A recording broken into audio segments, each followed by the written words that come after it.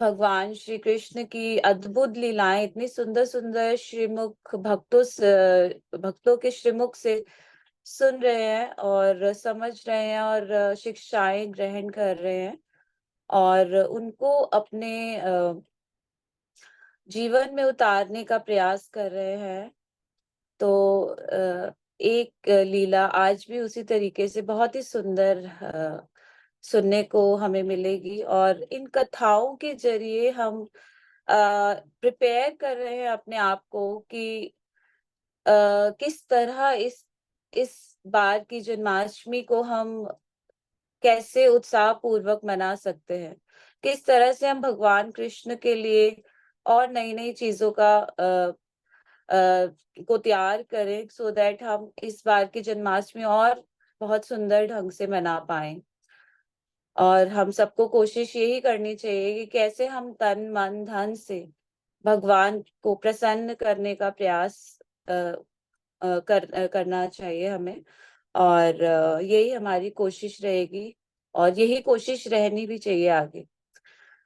तो भगवान की तरह तरह की लीलाएं जो हमने सुनी और समझी, उससे हमें कई लाभ प्राप्त हुए। और जैसे कि कालिया दमन हमारी जो ईर्ष्या है वह नष्ट करती है। और पूतना वध हमें सिखाती है कि कैसे हमें बाहरी गुरुओं से के विचारों से बचकर रहना चाहिए, कैसे हम सिर्फ अपने संप्रदाय के जो हमारे गुरु हैं, हमारे आचार्यगण हैं, उनके उपदेशों का, उनके आदेशों का पालन करना चाहिए। और गोवर्धन लीला हमें सिखाती है कि किस तरह से कृष्ण की शरण में जाना और कृष्ण को सरेंडर करना है। और दामोदर लीला हमें सिखाती है कि किस तरह हम अगर भगवान को थोड़ा सा भी सरेंडर करेंगे तो भगवान हमारे ही हो लेते हैं। तो भगवान इतने दयालु हैं कि हमेशा हमारे लिए रहते हैं कि कब भक्त मेरा आएगा और कब ये मेरी शरण में आए और मैं कब इसको अपनी बाहों में लूं। तो इसी के साथ जब और सबसे बड़ा लाभ जो हमें प्राप्त होता है भगवान कृष्ण की शरण में जाने से, वह है कृष्ण प्रेम। तो इन लीलाओं के सुनने से हमें बहुत, सबको लाभ हो ही रहा है और मुझे पर्सनली भी बहुत लाभ हुआ और हमें सुनने का मौका मिल रहा है और इतने सुंदर सुंदर भक्तों से। तो भगवान की लीला इतनी सुंदर है जिससे कि हमारी डेफिनेटली हमारी भक्ति में भी बढ़ोतरी और हो रही है। और हमें भगवान की कृपा भी मिलेगी डेफिनेटली और उसी की ही हमें इच्छा होनी चाहिए। तो जिस तरह हमने, और आज हम एक कथा सुनने वाले हैं जो बहुत ही सुंदर है, छोटी सी कथा है। और लेकिन भगवान की इसमें समझ आता है कि हमें कि भगवान किस तरह से, जैसे पिछली लीलाओं में उन्होंने हमें दिखाया और उससे समझा हमने कि कैसे भगवान किसी का भी अहंकार, किसी का क्रोध, किसी का किसी का मान, किसी का घमंड को बर्दाश्त नहीं करते। वो उनके सामने टिकता ही नहीं है भगवान के सामने। तो हमेशा इसीलिए हम भक्तों को समझाया जाता है, भक्तों को ये सिखाया जाता है कि हमें भगवान के सामने क्या, सभी के सामने हमें विनम्रता का भाव ही रखना है। और स्पेशली भक्तों के सामने तो रखना ही है, तभी भगवान भी हमें हमसे प्रसन्न होते हैं। तो चाहे वह जो भी इतने मान रखने वाले जो भी अ, भगवान के सामने ब्रह्मा जी थे और इंद्र थे जो पिछली लीलाओं में आए, तो और काफी असुरों असुरों ने अपना जो क्रोध और अहंकार दिखाया। तो उससे हमें भगवान का पता चलता है कि भगवान फिर भी बहुत दयालु हैं, सबको माफ कर देते हैं और सबको अपनी शरण में लेते हैं। तो इसी तरह से जो हमने पिछली लीला गोवर्धन के बारे में सुना कल, तो उसमें पता चला हमें कि किस तरह से भगवान गोवर्धन को उठाकर अपने वृंदावन वासियों को अ, इंद्र देव जो स्वर्ग के राजा है और उनसे उनको बचाया। उन्होंने जो मूसलाधार वर्षा की अपने अहंकार से, और उस वह अहंकार भगवान के आगे टिका नहीं। बाद में उन्होंने इंद्र ने भगवान से क्षमा मांगी और खूब यशोगान किया उनका, और सुबह गाय से उनका गायों के दूध से उनको स्नान कराया, अभिषेक किया, और अहरावत की सूंड में गंगा जल भर के उन्होंने उनसे उनको भगवान को स्नान कराया। गोपियों ने सबने खूब उनका अच्छे से स्वागत किया, और बहुत अच्छे से धूमधाम से वो गोवर्धन लीला के बाद उन्होंने उनको उनका स्वागत किया। और सभी लोगों के निवासी, गंधर्व लोक, पितृलोक, सिद्ध लोक, चारण लोक के सभी वासियों ने भगवान का यशोगान किया। सभी भगवान नाम के जप में इतने लग गए, इतने जप करने लगे। जब भगवान का पता चला, कि जब इंद्रदेव को पता चला कि ये स्वयं भगवान, ये कोई साधारण बालक नहीं, ये स्वयं भगवान है, तो सभी उनके साथी और उनके देव, जो उनके साथ देव देवता आए थे, उन्होंने बहुत यशोगान किया। गायों ने अपने दूध से नदियों में स्वाद भर दिए, और खूब पोषण वृक्षों को मिलने लगा, और उन्हीं स्वादों से वृक्षों में जो पोषण था, उनसे फूलों में रंग, बहुत सुंदर रंग भरते चले गए, और फूल महकने लग गए और खुशबूदार हो गए, और जो फल थे वो मिठास से भर गए, और रंग बिरंगे महकने लगे। पर्वत पर्वतों में इतने रत्न जड़ित हो गए वह, और खूब औषधियों से पर्वत और पहाड़ियां भर गए। तो इस तरह से माहौल इतना खुशनुमा और इतना खुशी से भर गया। तो अ, इसी तरीके से जैसे ये लीलाएं, इस गोवर्धन लीला समाप्त होती है, उसके बाद एक दिन एकादशी का दिन आया, और हमेशा से नंद महाराज एकादशी का व्रत रखते थे। तो एकादशी का व्रत रखकर नंद महाराज ने हमेशा से जमुना नदी में स्नान करते थे वो अगले दिन। तो जैसे ही सूर्योदय हुआ, तो सूर्योदय होने वाला था, उससे पहले ही नंद महाराज क्या बोलते हैं इसका, जमुना जी में स्नान करने पहुंच गए।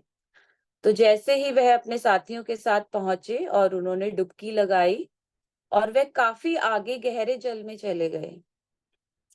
गहरे जल में जाते ही जो वरुण देव के वरुण देव जो पूरे समुद्र के देवता है, उनके एक सेवक ने नंद महाराज को बंदी बना लिया, और जैसे ही बंदी बनाया, और वो सीधे उनको ले जाकर वरुण लोक ले गए, वरुण देव जी के सामने। यह देखकर नंद महाराज के जो सेवक बाहर खड़े थे जमुना जी के, उन्होंने सोचा कि अभी तक नंद महाराज आए नहीं है, काफी देर हो गई थी उनको गए हुए। तो वह घबरा गए, और घबरा कर उन्होंने, जैसे कि सभी वृंदावन वासी करते हैं और ब्रजवासी करते हैं, कि उनको कुछ याद नहीं आता, सिर्फ एक ही चीज आती है, हे कृष्ण बलराम, कृष्ण कृष्ण बलराम, खूब खूब तेज से चिल्ला चिल्ला कर पुकारने लगे। तो इस चीज से हमें यह समझ में आता है, इस भाव से हमें यह समझ आता है कि भगवान के लिए भगवान के लिए वृंदावन वासी कितने ज्यादा उनको हमेशा कितना विश्वास वो उनके अंदर करते थे, कितनी आस भगवान के लिए उनके अंदर रहती थी, कि जैसे एक छोटा सा बालक होता है, वो बालक माता पिता के, जब भी वो घबराया हुआ है या कहीं पर फंस गया है, तो वो किसी को नहीं, माता पिता को पुकारता है। इसी तरीके से जो वृंदावन वासी हैं, गोपियां हैं, ग्वाल बाल हैं, ये सभी भगवान कृष्ण में इतना विश्वास करते थे कि उन्हें पता था कि कृष्ण कृष्ण है ना, तो फिर सब सब हो जाएगा। तो इसी तरीके से वो ऐसे पुकारते थे जैसे उनके पिता या माता-पिता हो। उनकी सभी बात, जो वृंदावन वासी थे, उनकी सभी बातें कृष्ण से शुरू होती थी और कृष्ण पर खत्म। उनके सभी कार्य कृष्ण से शुरू होते थे और कृष्ण पर खत्म होते थे। उनका दिन कृष्ण से शुरू होता था और रात्रि कैसे कृष्ण पर ही खत्म होती थी। तो इतना शरणागति भगवान की के प्रति वृंदावन वासियों की जो थी, वह हमें सीखने को मिलती है कि किस तरह से हमें शरणागति भगवान के प्रति होना चाहिए। तो हमें अ, उनके जो थे सब गोपियों से सीखना चाहिए हमें। तो शरणागति का अर्थ है शरण आगति। तो शरण आगति मतलब अधीन आना। तो और हम शरणागति कैसे कर सकते हैं? अब हम इस भगवान तो द्वापर युग में थे और गोपियां भी द्वापर युग में थी। तो हमारा जो ये समय है, ये कलयुग में है हम। और कलयुग में रहते हुए हमें कैसे शरणागति हम भगवान के प्रति कर सकते हैं? वह है हम वचन से, वाणी से, शास्त्रों से, शरीर से, हृदय से, मन से। तो हम भगवान को की शरण ग्रहण कर सकते हैं। और हमें अपना तन, मन, धन, वासना, कामना, रुचि, अहंकार, जब हम अपनी सभी चीज गुरु के चरण कमलों पर समर्पित कर देते हैं, तो वही शरणागति है। तो इसी तरीके से जो ब्रजवासियों की शरणागति थी, वह अद्भुत थी। और वही एक भक्ति का गुण है, वही एक भक्तों का गुण भी है कि कैसे हम शरण शरण भगवान की ग्रहण करें। तो शरणागति के प्रमाण सभी ग्रंथों में दिया हुआ है। जैसे श्रीमद् भागवतम के 10.2.26 में भी हमें शरणागति का भगवान बताते हैं। और 10.87.27 में भी हमें शरणागति का प्रमाण मिलता है। भगवत गीता की 18वें अध्याय के 66 श्लोक में शरणागति का प्रमाण हमें देते हैं। वाल्मीकि रामायण में युद्ध कांड में हमें भगवान शरणागति रामचंद्र जी बताते हैं। और चैतन्य चरितमृत में भी प्रभुपाद जी ने कोट किया है। तो और भी कई ग्रंथ उनमें, श्वेता चतुर एक ग्रंथ है, उन्होंने उसमें भी काफी शरणागति का प्रमाण भगवान देते हैं। तो कैसे हमें शरणागति लेनी है? तो शरणागति वही विद्या है जो भगवान के अधीन हमें उनकी सिखाती है हमें कि किस तरह से उनकी कृपा प्राप्त हो। तो जिस तरह से द्रौपदी के चीर हरण होते वक्त भगवा भगवा द्रौपदी ने अपने हाथ छोड़ दिए थे और अपना जितना भी उसने प्रयास किया था वो छोड़ दिया था। और फिर दोनों हाथ ऊपर करके हे गोविंद जब बोला था, तभी भगवान उनके पास आके उनको शरण दी थी। तो इस हम हमारे सामने काफी एग्जाम्पल्स ऐसे हैं जिससे हम समझ सकते हैं कि किस तरह से। तो इस तरह से हमें हमेशा भगवान के कोशिश करनी चाहिए थी कि भगवान की शरण में कैसे हम 24 घंटे अपने आप को लगा पाए। हमें किस तरह से अपने कार्यों में भगवान को ला पाए, जप से, कीर्तन से, विग्रह सेवा, साधु संग और भक्तों की सेवा करने से। तो यही हमारे 5 प्रमुख अंग भी है जो हमारे आचार्य गण बताते हैं कि हम भगवान की शरण में जा सकते हैं। तो जैसे ही उन्होंने चिल्ला चिल्ला कर बोला कि पुकारा भगवान को, तो कृष्ण के कानों में जैसे ही वो आवाज गई, एकदम भाग के कृष्ण और बलराम दोनों पहुंचे।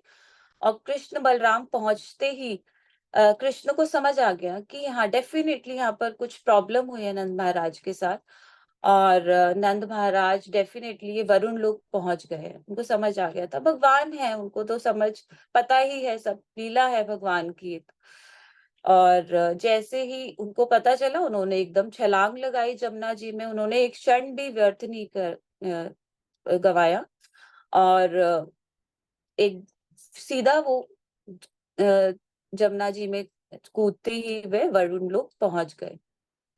और वरुण देव के सामने जब भगवान पहुंचे, तो वरुण देव इतने उत्साहित हुए कृष्ण को देखकर कि उनका इतना यशोगान करने लगे, और हे देवों के देव, हे जनार्दन, हे परम पिता, हे परमात्मा, उन्होंने खूब उनकी पूजा की और उनसे कहा कि हे भगवान, आप मेरे समक्ष मुझे दर्शन देने आए हैं। मुझे मुझे समझ नहीं आ रही आपकी ये लीला क्या है। मतलब आज मेरा ये जो शरीर है, वरुण देव का शरीर, ये धन्य हो गया, सफल हो गया मेरा ये जीवन। मैं इस दोबारा इस भौतिक जगत में वापस नहीं आ पाऊंगा, क्योंकि मुझे आप मिल गए हैं। अब आपका आपके दर्शन पाकर मैं सफल हो गया, मैं धन्य हो गया।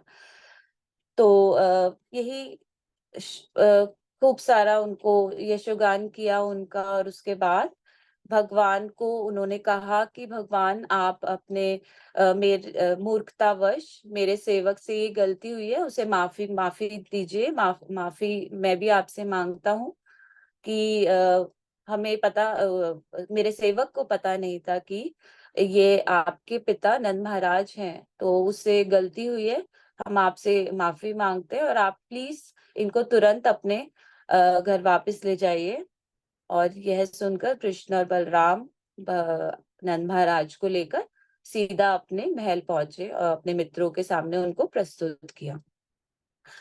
तो जैसे ही वो नंद महाराज वहां पर पहुंचे, तो खूब सारे सब जो ग्वाल बाल वहां के वृंदावन वासी इकट्ठे हो गए कि क्या बात हुई, और सब चर्चा करने लगे।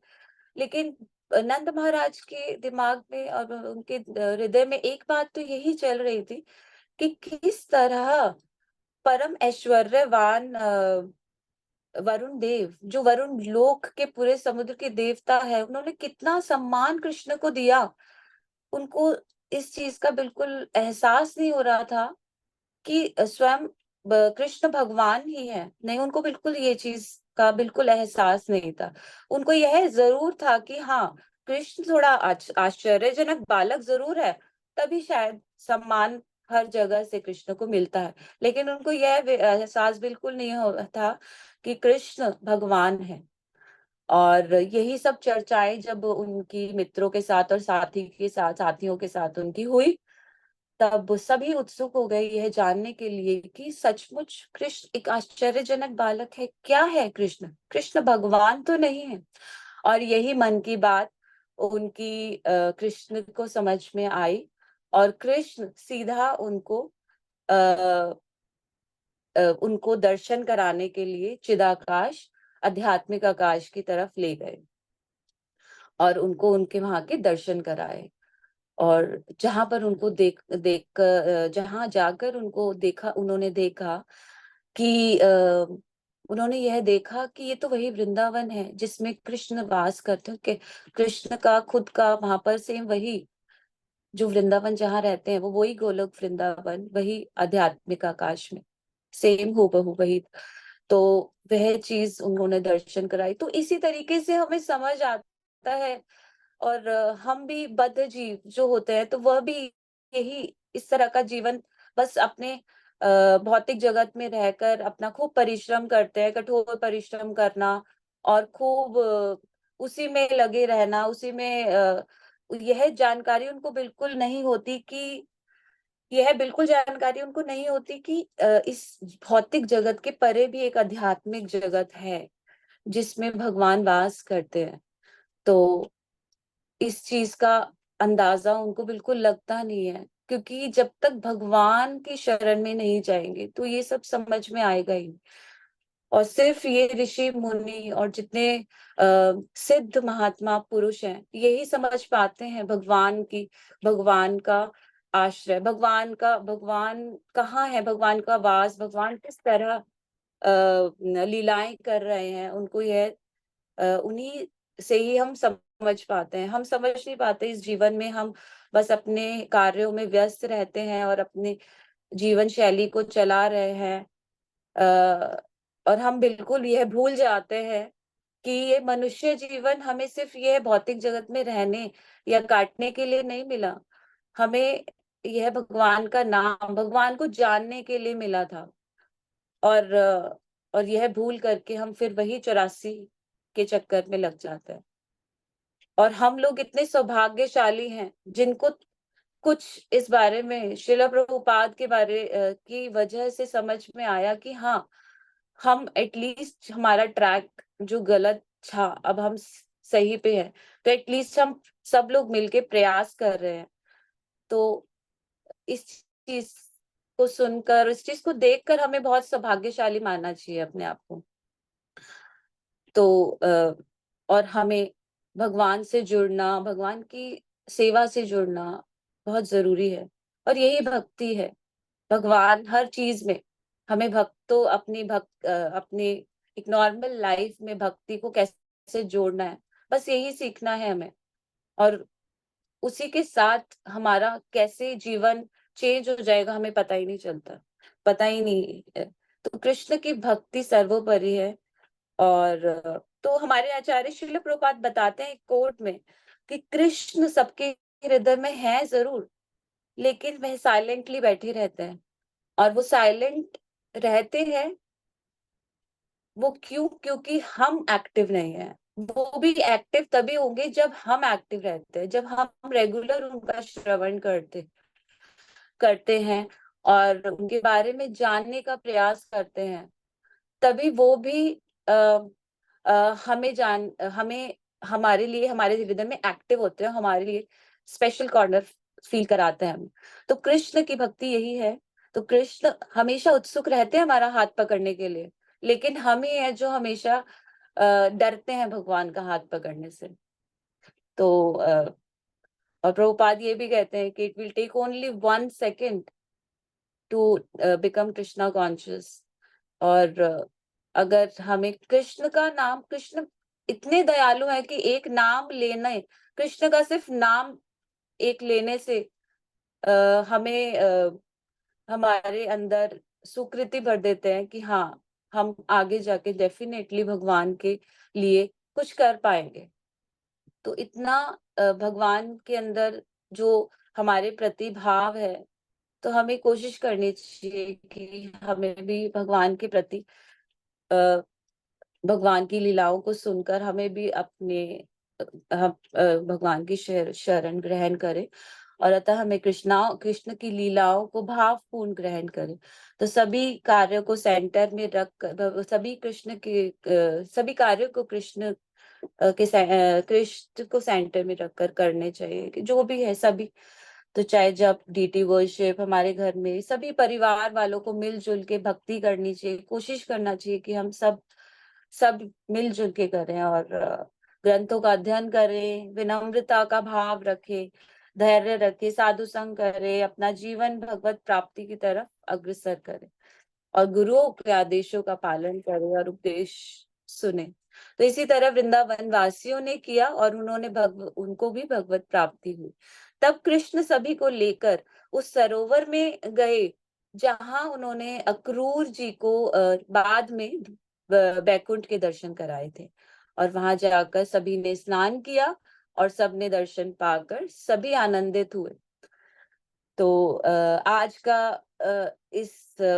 इसमें हमें समझ आता है कि किस तरह से भगवान भगवान किस तरह से भगवान अपने अपनी लीलाओं से भक्तों को शरण देते हैं और दिखाते हैं। और भक्तों को कैसे ग्वाल बालों को वो लेकर दर्शन कराने, सिर्फ सिर्फ एक बार उनके मन में आई थी सिर्फ ये बात कि हाँ, क्या ये भगवान ही है? और भगवान ने उनका हाथ पकड़ा और सीधा उनको अपने लोक ले गए। तो भगवान की दयालुता यहाँ पर हमें दिखती है। तो इसी तरीके से हमें भी ये समझना चाहिए, हमें ये चीज लेनी चाहिए कि को भगवान इतने आतुर हैं हमसे, हमें लेने के लिए। तो हमें भी अपनी सिंसियरिटी और डिटर्मिनेशन उनको दिखाना चाहिए, जिससे हम इसी जन्म में भगवत प्राप्ति कर पाए और कोशिश कर पाए कि भगवान की सेवा में हमेशा लगे रहें।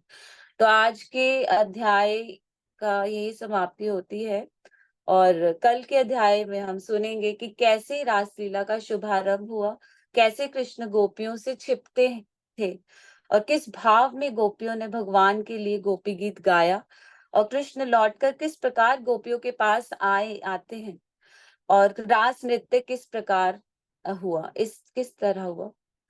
तो इसी के साथ आज की कथा को यही मैं विराम देती हूँ और मेरे को थैंक यू सो मच सबका और धन्यवाद सभी को। हरे कृष्णा, दंडवत प्रणाम। हरे कृष्णा।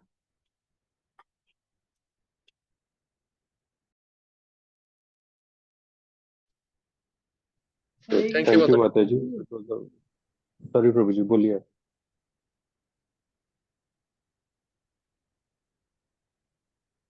रुपेश प्रभु, Hare Krishna. Yes, yes, Prabhuji. you were saying something? No, I was just thanking Mataji. Okay. Thank you माता जी, ब्यूटीफुल ओरेशन। बहुत अच्छा लगा और इनफैक्ट ये वाली लीला तो मैंने पढ़ी नहीं थी, तो new for me. Thanks a lot. Hare Krishna. Hare Krishna.